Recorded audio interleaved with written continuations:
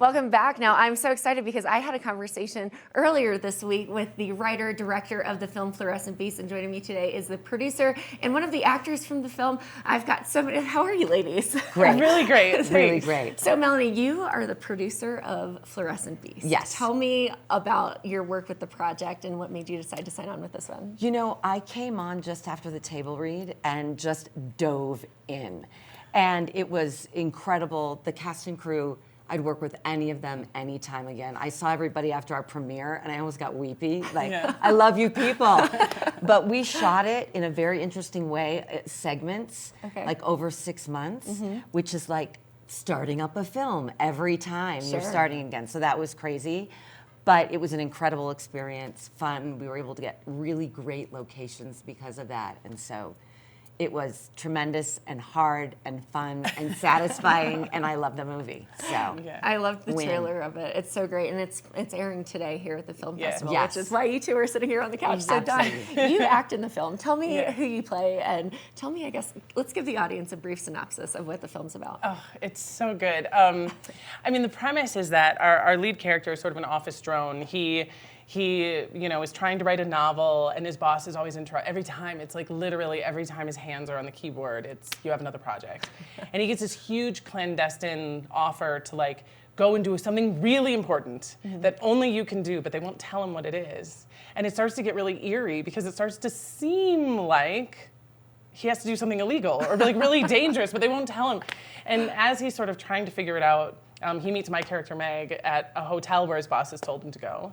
And she is similarly an artist. She's a painter, and her boss seems to always be interrupting, what she's trying to do. And so we find these two characters trying to simultaneously be artists and keep doing this thing that they love to do, and satisfy their bosses and solve this mystery, and it's a lot of fun. It's such a catch-22. I feel like often that is a real life scenario. Absolutely. You've got your corporate job, and then you've got this passion that you want to pursue, and hopefully somehow they both make you money. Yeah. Exactly. It's the world of film, right? Yeah, absolutely. Yeah, absolutely. That's so great. So I guess tell me a bit. How was this project different for you than previous roles that you've played? It's a great question because it was a lot different. The role itself feels very true to me. I am a bit of a loose cannon, and so it made sense. But the director, Paul Osborne, and I had worked together before. And he actually called and offered me the role like 2 weeks after my baby was born. Oh, wow. She's now 5. And as a woman in Los Angeles who's just had a baby, to have a director just call and offer you a role because they love you, I was just like, this is like a really big deal for me. Like, I love you and I love this movie. It was huge. And he was so accommodating in that way, and the whole crew was, in the sense that like I had a room to pump, and it wasn't even like, we got to stop to give Dawn a chance to pump. It was just happen. You know what I mean? It just happened. It's time everyone takes a break, and I love privacy, and just it made me fall head over heels in love again. And then there was something about COVID interrupting the post-production part of it that made me watch Fluorescent Beasts in a different way, because there was like, I think, this period of time when we all kind of wanted to go back to the office. You know what I mean? Like the movie sort of is like our humdrum, mundane, feels sort of soulless lives. And there were so many times during that I was like, but to be around a coffee pot again with people, wouldn't that be great?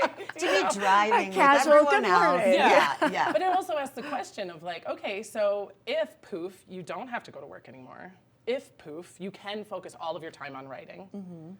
A lot of us still didn't do it. It's true. So then what was going on? So what is the beast? What the Fluorescent Beast is even bigger than in some way. I don't know. It was compelling for me. Yeah, it's true. So as a producer, and you got to kind of start the set, as you mentioned, start a film over and over and over again. So how did you contribute to like locations and all the different things? Because there's a really unique scene out in the middle of the desert, and that's really cool. So how did you find these places? So I only helped on the location with the airplane flyover. I was like, I know exactly the place and I can get us there. We have a co-producer, Jonathan Brown, and he is a locations guy. That's what he does. And he came in and did this for us. And so he found that wild location out there. And wasn't it incredible that everything was in bloom on the way out there? It was great. And so the great thing about shooting in these segments is that you have all this time to find these great locations. And it's just a treat and really cool. And for me, it was just, you know, if you're on a low budget, you do everything if you're the producer. Instead of hiring people, you know, you're doing craft services, you're doing payroll, you're doing contracts, you're, you know, doing catering. Just finding a breast pump for Tom. all the things, anything needed. You know, there was a day where our sound guy, who's so incredible, he didn't have something specific for his microphone, which I can't even remember what it was called. But I was like, I'll drive and get it. You know what I mean? You're just anything anybody needs. And the most stressful was catering, because I was so concerned about everybody. I know, it's very weird. But you're like, what are your food restrictions? What are your allergies? And we're in these weird places where I don't know all the restaurants. I'm like, oh my God. And that's the thing I'm worried about. So. You're like, if we were local, I could get that for you. Yeah. I don't want anyone to be hungry. And you want it to be great. So let's talk about filming. So how long did it take? You mentioned that you had, like, you were starting over and over again. So over the entire course of filming. The shoot might have been 6 months. Okay, 6 segments months. over 6 months. Okay. And then we went into post, and then we had issues with color. And so we were really stuck for, I mean, you have a 5-year-old now. I mean, it was a while. Yeah. So. Did you have to do any reshoots of scenes? No. No, that's great. No, Paul is really incredible director to work with. He's an incredible editor. He also edited the whole film. Wow. And so you know he's editing, and he knows if he can lose a shot, he's on that. He's already editing it. It's so magical. It's he so also magical. is probably the most comfortable, like, improvising director that I've ever. There was a scene at the hotel, I remember, where in LA it rained. You know what I mean? Like, are you nuts? That's like once a year. Yeah, That's exactly. a very weird thing. We need more, but I was like, are you serious? You know, of course it's the thing we got to do outside, whatever.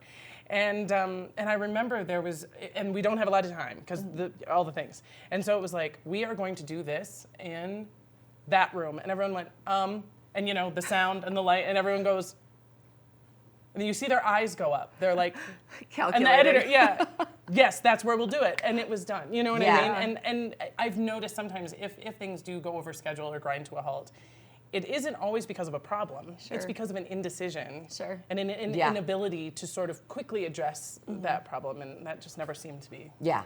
And the great thing was, fortuitously, it ended up being a really cool location switch. And at one point, we tried to go into where they had food. We were at the hotel, and they were like, no, there's all that alcohol in there. We can't let you in. We're like, we're shooting.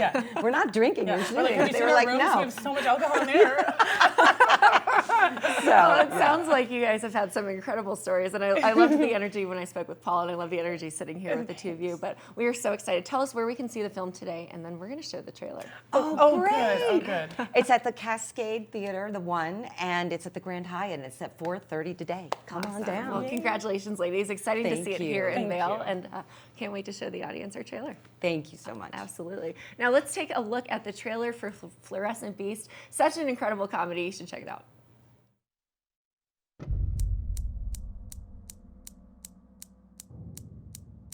You wanted to see me?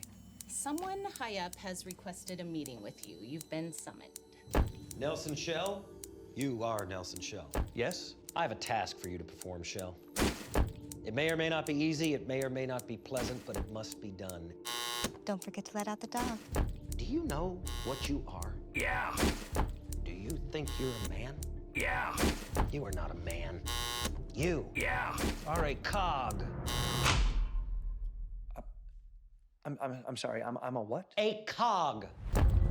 You are a specifically designed and well-crafted grooved gear, Welcome, Mr. Shell. nestled deep into the workings of a large machine. Mr. Shell, you have a call. I am giving you the task for which you've been designed. Yeah. In which you will not waver. That's messed up. Yeah. In which you will not hesitate. And in which you will not fail.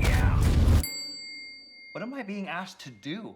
Mr. Shell, we have made it perfectly clear that we will make this perfectly clear.